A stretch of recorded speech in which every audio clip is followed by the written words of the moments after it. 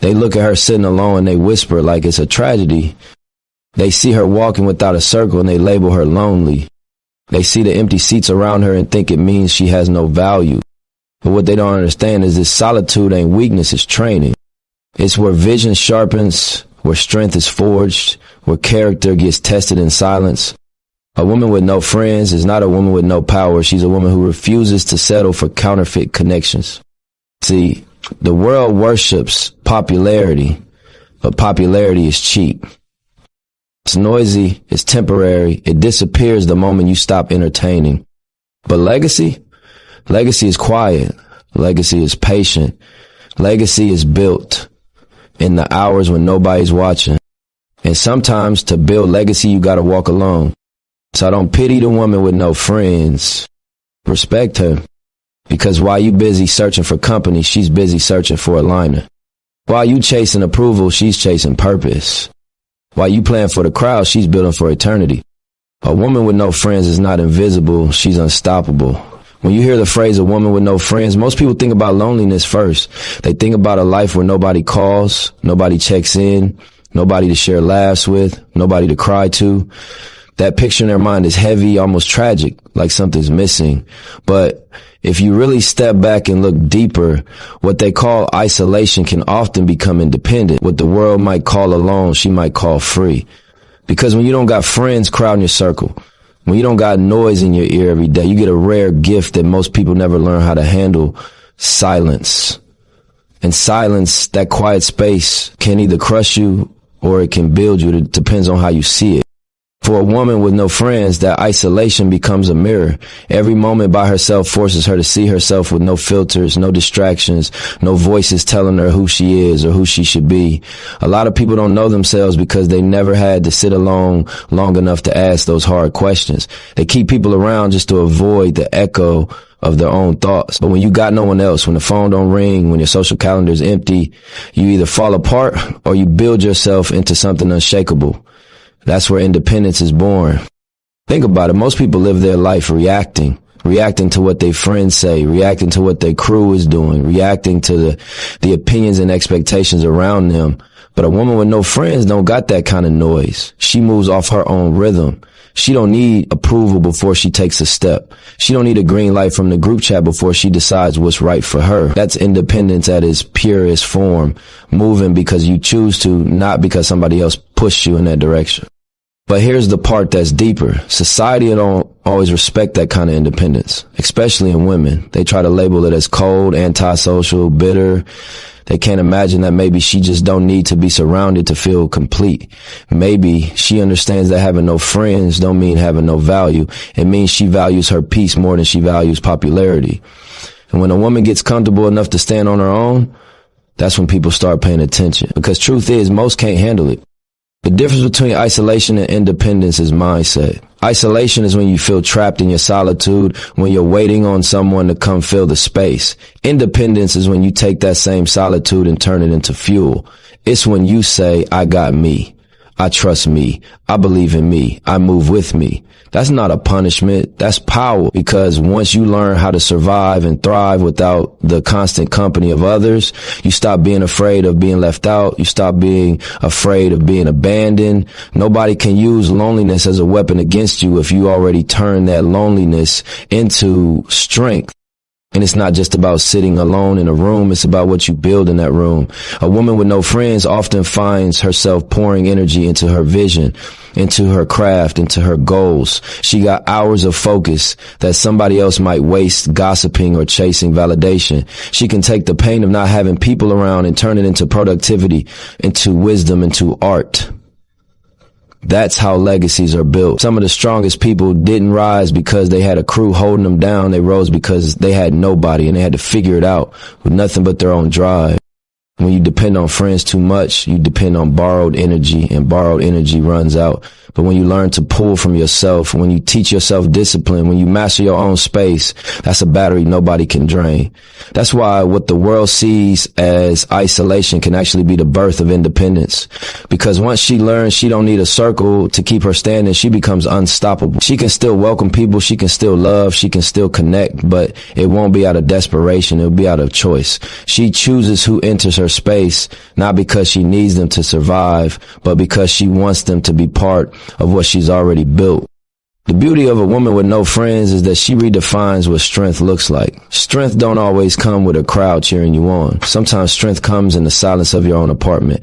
The late night talks with yourself, the moments where you break down and then wipe your own tears because there's nobody else around to do it. That independence becomes like armor. Not a cold armor that shuts people out, but sacred armor that keeps her grounded, keeps her whole. So when people say she got no friends, they might think it's an insult. They might think it's a weakness. But if you really look close, that's often the foundation of her independence. She's learning lessons in silence that the loudest, most surrounded people never will. She's not weighed down by the expectations of a circle. She's not distracted by the noise of unnecessary voices.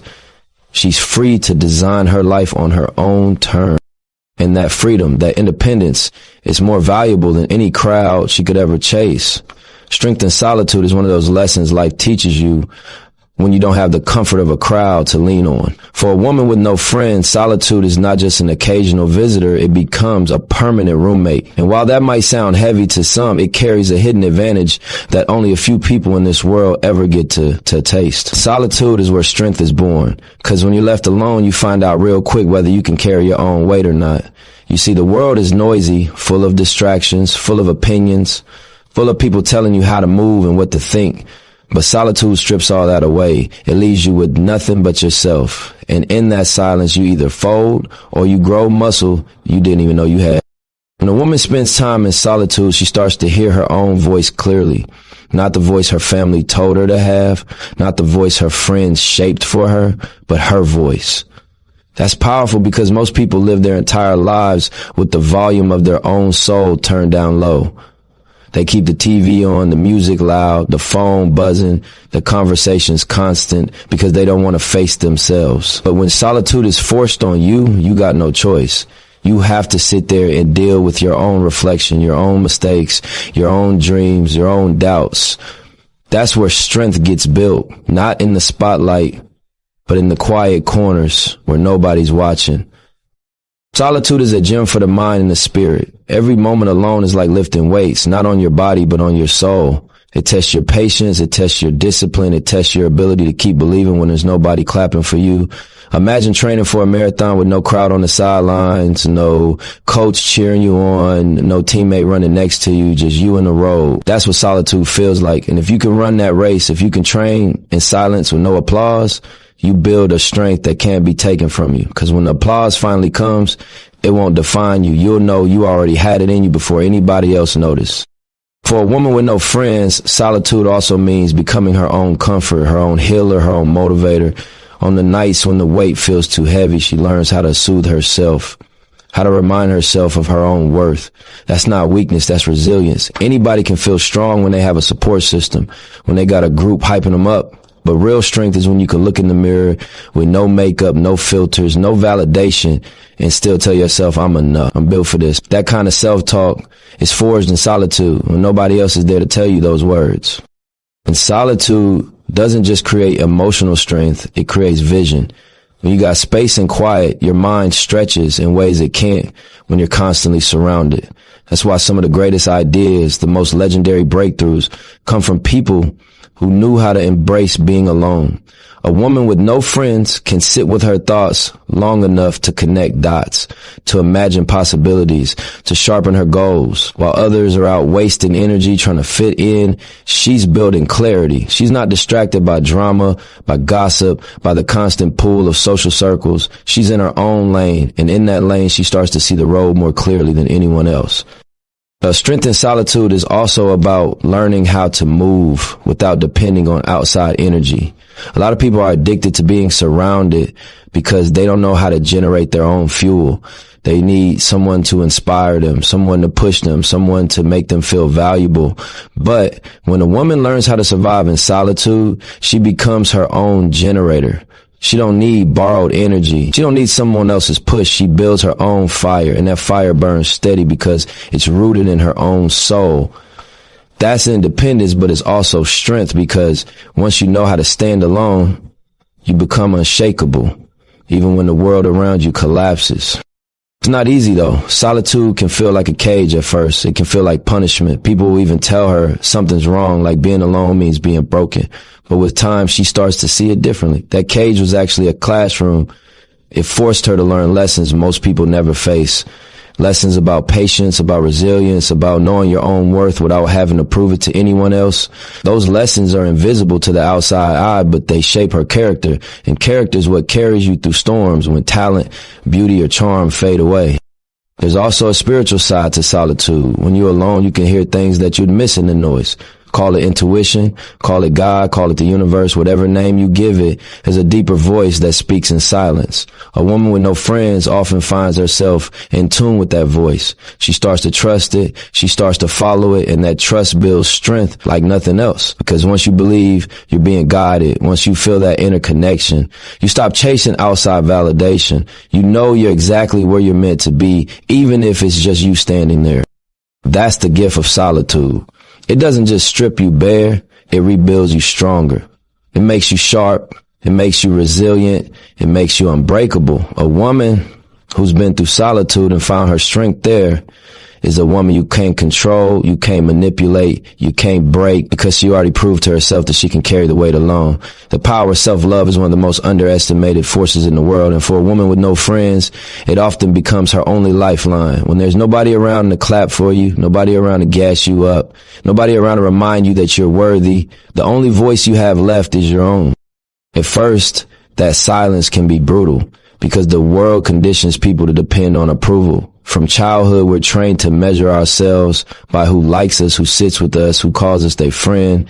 But when a woman finds herself outside that system, when she doesn't have a circle to validate her, she's forced to discover something deeper. She has to become her own mirror, her own cheerleader, her own safe space. And when she learns that art, she taps into a power that nobody can take away.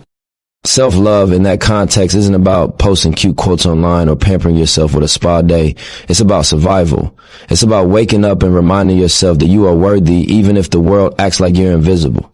It's about talking yourself through the days when rejection feels heavy, when memories of betrayal sit on your chest, when you look around and realize no one's coming to rescue you. Self-love becomes the anchor that holds you steady when everything else is unsteady. It's not glamorous, it's not always pretty, but it's real. For a woman with no friends, self-love teaches her to stop looking for her reflection in other people's eyes, because that's the trap most fall into. They measure their beauty, their intelligence, their value by how other people respond to them. If people laugh at their jokes, they feel funny. If people compliment their outfit, they feel attractive. If people approve their decisions, they feel smart. But when you don't have that constant feedback, you're forced to look within and ask yourself, do I like me? Do I approve of me? Do I believe in me? And once you can answer yes to those questions without needing anybody else's stamp, that's liberation. The power of self-love also shows up in boundaries. A woman who learns to love herself in solitude won't just let anybody walk into her life and mistreat her. When you're desperate for friendship or attention, you'll settle for toxic people, fake support, or shallow connections just to fill the void. But a woman who has mastered self-love already knows she's enough. So she'd rather stand alone than shrink herself for company. That's why self-love is strength. It teaches you to be selective, to protect your space, to honor your peace. She doesn't beg for seats at tables where she's not respected. She builds her own table and sits comfortably by herself if she has to. And it's not easy to get there. It takes breaking cycles of self-doubt. It takes unlearning lies that were planted by family, by society, by old friendships that turn sour. She has to fight her own inner critic, the one that says she's not enough, the one that whispers she must be flawed if she doesn't have friends. Self-love becomes a daily practice of shutting down those voices and choosing new ones, choosing to affirm herself, choosing to treat herself kindly, choosing to forgive herself for mistakes and keep growing. It's not a one-time thing. It's a discipline, a muscle you keep building every day. There's also a creative energy that comes from self-love. When you're not begging people to see you, you start creating for yourself. Maybe you write, maybe you paint, maybe you build a business, maybe you just pour energy into your health or your craft. But whatever it is, you do it from a place of genuine care for yourself, not to impress, not to gain approval. That authenticity shines because it's rooted in love, not in neediness. People start to notice, but by then it doesn't even matter because you already validated yourself long before the world caught up. Self-love is also about resilience. When life knocks you down and there's no friend to lift you up, you have to decide to lift yourself. You have to remind yourself you've been through worse. You have to remind yourself you're still standing. You have to remind yourself that you deserve to get back up and try again. That resilience, born out of loving yourself enough to keep fighting, becomes unbreakable. And once you develop it, you move differently. You don't fear abandonment. You don't beg for acceptance. You don't lose yourself in relationships because you know you'll be okay either way.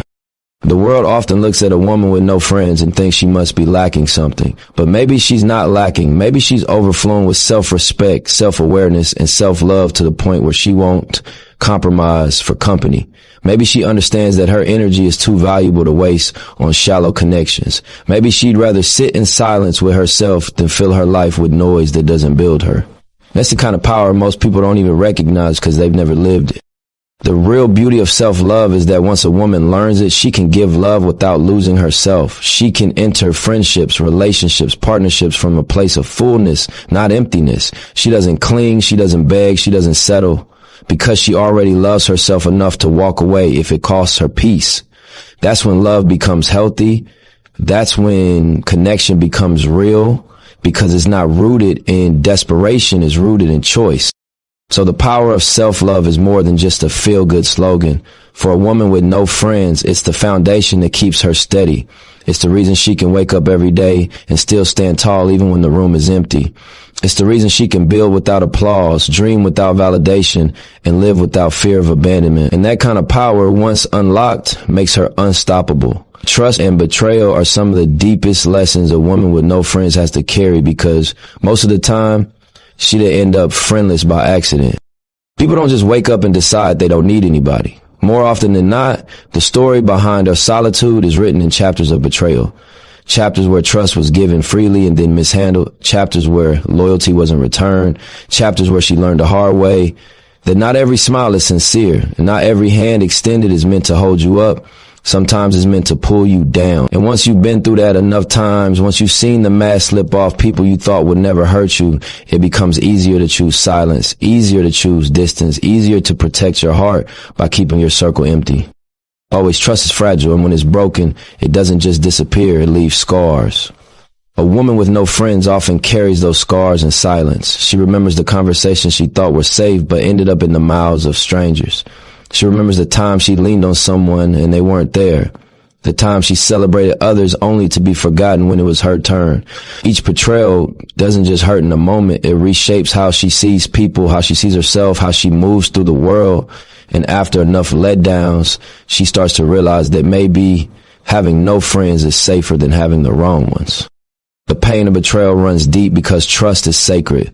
To trust someone is to give them access to the most vulnerable parts of you, to open the door to your insecurities, your dreams, your fears, your raw truth. When someone betrays that, they don't just betray your trust, they betray your faith in humanity. It makes you question your judgment. It makes you second guess your instincts. It makes you wonder if you can ever truly know someone. That's why betrayal is one of the hardest things to recover from. It doesn't just break the bond between you and another person, it shakes the foundation you stand on. For a woman with no friends, trust becomes something she guards like treasure. She doesn't hand it out easily. She doesn't get impressed by words. She pays attention to actions. She learns that loyalty isn't what people say when they're smiling in your face. It's what they do when your back is turned. She learns that not everyone who claps is clapping out of love. Sometimes they clap to keep rhythm until they can take your spot. She learns that betrayal doesn't always come from enemies. Most of the time it comes from the people you let closest to you. And once you understand that, you move differently. You build walls, not out of bitterness, but out of protection. But the thing about betrayal is that it can also be a blessing. It forces clarity. It shows you who's real and who's not. It cuts away the fake so you can see the truth. A woman with no friends may have lost people, but she gained wisdom. She gained the ability to read between the lines, to catch the energy behind the words, to sense when someone's intentions aren't clean. That's a kind of strength that can't be taught in books. It can only be learned through experience, through pain, through the fire of disappointment. And once she's walked through that fire, she doesn't fear it anymore. And trust and betrayal also shape how she trusts herself. Because after being betrayed, one of the hardest parts is forgiving yourself for not seeing it sooner. A woman who's been through that has to wrestle with the voice in her head that says she should have known better. But in time, if she does the work, she learns that being betrayed doesn't mean she was weak. It means she was open. It means she had a heart willing to believe in others. That's not weakness. That's humanity. And once she forgives herself, she learns to trust her own instincts again. She learns that her gut was speaking, even if she ignored it back then. And she promises herself she